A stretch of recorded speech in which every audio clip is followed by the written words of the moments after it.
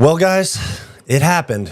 Belal Muhammad is our welterweight champion. Today, I'm going to give you guys a reaction and recap of UFC 304, the fights, the stakes, the interviews, the post-fight press conference, all of that. So stick around to hear my thoughts on UFC 304. I'm Wyatt.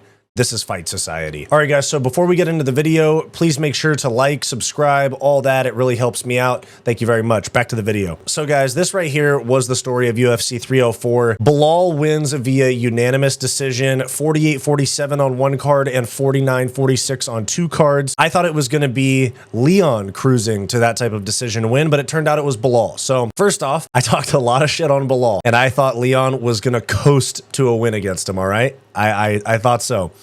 It turns out I was very wrong about this fight, so congrats to Belal. I'm still convinced that you're a PED abusing cheat, but congrats to him. Congrats to Belal. I mean, even my friend who doesn't know shit about fighting or PEDs, weightlifting, anything. We were watching the fights last night, and he goes, the guy in the red shorts looks like he's on steroids. And I was like, that's what I've been saying. I've said this on my channel before, man. So anyways, in regards to Leon never got started. He looked slow, out of it, very unmotivated performance in front of his hometown people, in front of his own crowd. He looked good in round one with the knees, the elbows, all that. And Belal would try to close the distance in the first round.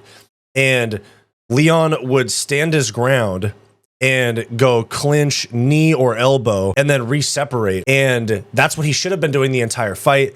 But as the fight went on, he probably got tired. He stopped doing that. And by the start of round two, he allowed Belal to back him up to the fence, shoot takedowns, and use the cage as assistance to get him down the very Dagestani style, which makes sense because Belal's been training with Khabib and Islam a lot. So it makes sense that he went after that style. He said Khabib broke down Leon's style, and it was basically just pressure wrestling, which Colby should have done and couldn't do, what Usman should have done and couldn't do in their third fight. And both of those guys would have tried to, but they just didn't get it done. And it was also really frustrating to see Leon just not reacting to takedowns. Maybe it was the late night card, 3 a.m., 4 a.m., 5 a.m., something like that. The main event was starting at in Manchester local time. Leon looked slow from the start, unmotivated, and it was so frustrating to watch him not react to these takedowns because Belal would back him up to the fence. He'd give it a few seconds of feinting and jabs, double leg. And I was sitting there watching the fight going, Belal's going to shoot. 3, 2, 1, double leg. And it was happening like 2 or 3 times in the second and third round. It happened. And Leon just wasn't ready for him. It was like, okay, the shot is coming right now, Leon. And he would start digging for the underhook, but Belal would already have his hands clasped. So Leon also in the fourth and the fifth was able to reverse position with like 25 seconds left. In the fifth round, he let off some really big elbows, which led to Belal finishing the fight with this big cut, which was not indicative of how the fight actually went. The fight was really more of this right here. And also Leon getting quite literally dumped on his head. Like no takedown defense. Reversals in a few positions late, but it was after 4.5 minutes of control, back control by Belal Muhammad. So Belal dominated the fight. He did well. Props to him. Fantastic cardio. Suspiciously fantastic cardio. Maybe it's that Marab special, you know? That Belal PO. But in very Belal fashion, Belal, remember the decision, won by decision. He landed some good shots on Leon. He did. Leon was doing this very strange defense, and he was leaving himself open to uppercuts, and Belal landed them, especially in the first round. I think maybe it was the second round, and then like even this shot right here, Belal was landing good shots the entire fight. So now, you know, very good performance. But we are now in the welterweight winter, I'll call it. It is the dark ages, the dark times for the welterweight division, now that we have a boring decision merchant as our champ that the fans for the most part don't like very much. Overall, I don't really mind him, but I'm just talking about from like how the mainstream or how the fans talk about him on social media. Now the welterweight division is now in a winter. We need Shavkat to get in there and take the belt off him. So now it's all, everything's free for all. It's all free game. It's all free game now. We got, people forget, man, welterweight is a fucking Shark Tank. Like the rankings right now, you have so many guys that could fight Belal, and I'll give you guys, come back literally later today. I'm going to give you my fights to make after UFC 304 video, and I'll tell you who's who, but we need Shavkat to take that belt off of Belal. Let's get to the new era of welterweight. Let's get to Ian Gary, JDM, Shavkat, Michael Morales trying to break into the rankings soon, stuff like that. He's fighting Neil Magny. Let's get the new age of welterweight. Now, something worth noting, it looks like there will be no immediate rematch for Leon Edwards. Here we have Belal saying that there will be no immediate rematch for Leon Edwards. Took you down here. It took you 3 years to get that rematch with Leon. Would you be willing to do what he did and didn't do and give him a rematch straight away? Yeah, I'll give him a rematch in 3 years. Let him work his way back up. No, I think it was a dominant fight. There was really no need for a rematch, and I don't think he had that long reign of a champion where he's entitled to a rematch. For me, I came to his hometown in front of his people in enemy territory, so it was all like a layup for him. But I blocked it. Yeah, so there's what Belal had to say. He's not saying anything wrong. It is facts. It is facts. So here we have Dana also saying that the UFC is not necessarily looking at an immediate rematch. In the past, we've seen these dominant champions get an instant rematch. Do you think that might be the case here, or do you think it's better to just have Leon rest a little bit? Yeah, let him rest. But we're talking about other things right now. So there's Dana White saying that there will be no immediate rematch. He's saying we're looking at other things. Also, Oscar Willis glazing a little bit. Leon was not a dominant champion. He beat Kamaru Usman. Hey, huge accomplishment, head kick, all that. Then coasted, totally cooked him in their third fight. And then fought Colby Covington, and it was a very slow, underwhelming performance, coasting to a win. So no, he's not like he gets so many knockouts type of champion where they go, we got to get him back in there. Throw him back in there for the belt again. And he's not as big of a star. He's not Connor, he's not Pereira, stuff like that. We move on to the co-main event, Aspinall versus Blaydes, which this was the result of the fight, and still interim / actually undisputed champion Tom Aspinall. But really, there's not much to say. Tom Aspinall is him, okay? He KO'd Curtis Blaydes with a jab. The right hand missed. 99% of the way missed. Like, he might have touched him slightly with like the outside of his glove, but it missed. And this fight makes Tom Aspinall look even better. The aura grows, the legend grows. This makes Jon versus Stipe look even more meaningless. And we still haven't heard anything from Jones at the time of recording this video. And overall, I just got to say, Tom Aspinall's that guy, man. Honestly, we have him calling out Jon Jones. We'll see right here. I'm the best heavyweight in the world. Prove me wrong, Jon. If you think you are, prove me wrong. Simple, nothing personal. I ain't hating on nobody. I'm the best heavyweight in the world. If you think you are, let's settle it. Simple as that. Jon wants no smoke. Jones is ducking. And Tom Aspinall also proposes the idea of a heavyweight one-night tournament at Madison Square Garden in November for UFC 309. What for you? I was thinking about this the other day. What about, so they're saying that Stipe and Jon Jones are going to fight in MSG in November. Why don't we do a tournament? We'll do Jon, Stipe, me, Alex, and do a 4-man tournament, 2 fights in one night, and let's find out who the real heavyweight champion of the world is. Like, we've got the best heavyweight of all time.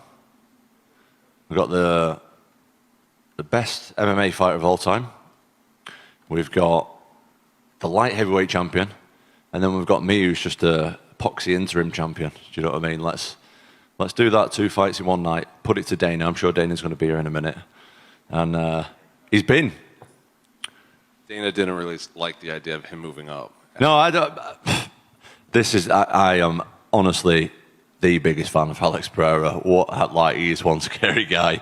But would that not be a cool little thing? 2 fights in one night. Like, let's see how we get on. I mean, I've got the lowest average fight time in the UFC, and it's even lower after tonight. Like, my chances of doing all right in that are pretty good. Like, let's put some money on the table, and let's see who the guy is at heavyweight. All right, so at this point, Dana White has made it glaringly obvious that he does not want Alex Pereira at heavyweight. What I think is going to happen is Jones and Miocic are going to fight in November at UFC 309, Madison Square Garden. Aspinall as the backup fighter. Alex Pereira versus Magomed Ankalaev as the co-main event. Jones beats Stipe. They both retire. Pereira beats Magomed Ankalaev. And then at some point you do Aspinall versus Pereira undisputed, vacant heavyweight title fight, or they promote Aspinall and Pereira's the challenger after Jon retires. But I think that's how it's going to go. And anyway, Tom Aspinall is him. We move on from there to Paddy Pimblett versus Bobby Green, where Paddy won via round 1 triangle choke, exactly as I predicted. Paddy by round 1 sub. I thought he was going to hurt Bobby Green on the feet and then follow him to the ground, take his back, and choke him. But Bobby Green shot a really ill-advised, low IQ takedown. Got caught, went from guillotine to triangle armbar. This is a cold picture. Paddy's legit. As much as you guys want to say he's not, Paddy's legit. Paddy, I have a good matchup for him. Come back later today. I'm posting the fights to make video after UFC 304. Come back. I have a good matchup for him. But Paddy's legit. We move on from there to a prelim fight that is worth talking about. Muhammad Mokaev versus Manel Kape. Now, first off, Muhammad Mokaev does not belong to the UFC anymore. I am going to talk about it later in this video, and I'm going to do a video on its own that I'll put out tomorrow about it. Interesting situation given that he's undefeated, top 10 UFC flyweight, and they do not want him anymore. So, boring fight. You had them fighting at the PI like 2 months ago. You had them fighting on social media. You had Mokaev sucker punch and get into a fight with Manel Kape during fight week. And then they go out there and stare at each other for 15 minutes while Manel Kape breaks his toe and got his pants pulled down. The highlights of the fight were literally not even fighting. They were just things that happened in the cage while time was passing on the clock. Crazy. Manel Kape takes the loss by decision. Muhammad Mokaev no longer with the UFC, coming off of a win as an undefeated 23-year-old. That's just, maybe he comes back someday. You know, people have come back to the UFC. Looks like he's going to most likely PFL, maybe one championship. And then we had Arnold Allen coasting to a decision win over Giga Chikadze. Good fight after losing 2 in a row, but good fight. That's all. Arnold Allen's really good. I think that he needs a top 5 guy, and we'll get to that in my video later today as well. But in regards to the rest of the cards, such as the prelim, stuff like that, Nathaniel Wood looked good. Fun scrap, win over Daniel Pineda. Molly McCann, she really sucks, man. She is not good enough to be in the UFC. I hate to say that. I know she's got a lot of things going on in her personal life, but she is not a world-class fighter. That's been proven in 2 weight classes now. She is not good.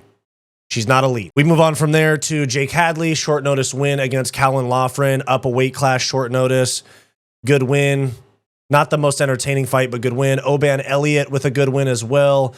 Modestus Bukauskas had a good win. Sam Peterson, first round sub. He looks way better at 170 than he did at 155. Mick Parkin, stud, top 15 matchup or fringe ranking guy after that. And Shauna Bannon, split decision win. Yeah, the fight overall, there was a lot of boring fights. There was a lot of decisions. Belal's win. Mokaev's win. What else? Jake Hadley, Loughran wasn't great. Oban Elliott was good. Like, they were okay fights, but Dana White was pissed at the press conference. He's probably mad that there was more questions about Jon Jones and Aspinall, mad that Belal's champ, all of that. And Dana White says that he is never going to up the bonuses again now. You to up the bonuses? Do you think there's an argument that maybe you should just up them to... I think tonight showed that we should not. No, upping them doesn't change anything. It doesn't make anybody fight any harder. It doesn't change anything. I'm not doing this again. Ever. Today was the last day that I'm doing that. Yeah. Not saying that in the future the bonuses couldn't get up, but I'm not going to be at a press conference and say 200, 300, fucking never again. Never again.